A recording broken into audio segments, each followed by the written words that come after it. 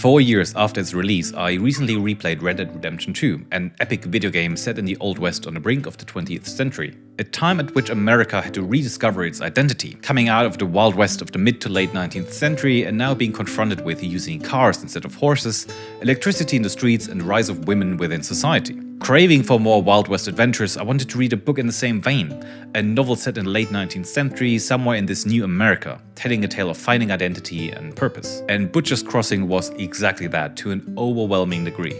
It is just one of the 4 books that its author John Williams has ever wrote, of which the most famous one is a novel called Stoner, about a young college professor in search for his place in life. Butcher's Crossing always flew under the public's radar, but has a similar theme to Stoner, a young man in search for his place in the world. We follow protagonist Will Andrews on his path of self-discovery at some point in the 1870s. Freshly dropped out of Harvard University, he's making his way west in search for an original relation to nature, as he puts it. He ends up in a small town somewhere in Kansas called Butcher's Crossing, a quaint little hub for traders, hunters, and restless men in search for a quick buck. In the local saloon, Andrews has a run-in with a man called Miller and his entourage, who tell him a tale of a long-forgotten herd of buffaloes, hidden somewhere in the Colorado Rockies, and the potential for big riches should the man be able to track and hunt them down. Eventually, the men decide to go after the buffaloes and take off on a hunt that will end up going very differently than the way they expected. Butcher's Crossing is a sort of sophisticated western, as I would put it. Less action-heavy, but rather rich in thoughtfully written characters, well-paced plot twists, and a meaningful philosophical overlay. The book speaks about the wildness of nature, of mankind trying to conquer and tame the wild,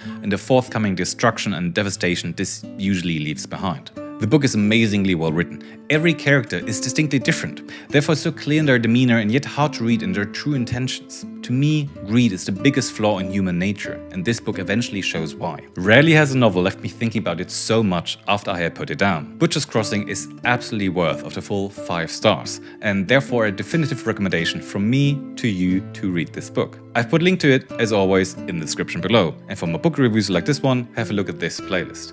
Thank you and see you next time. Ciao.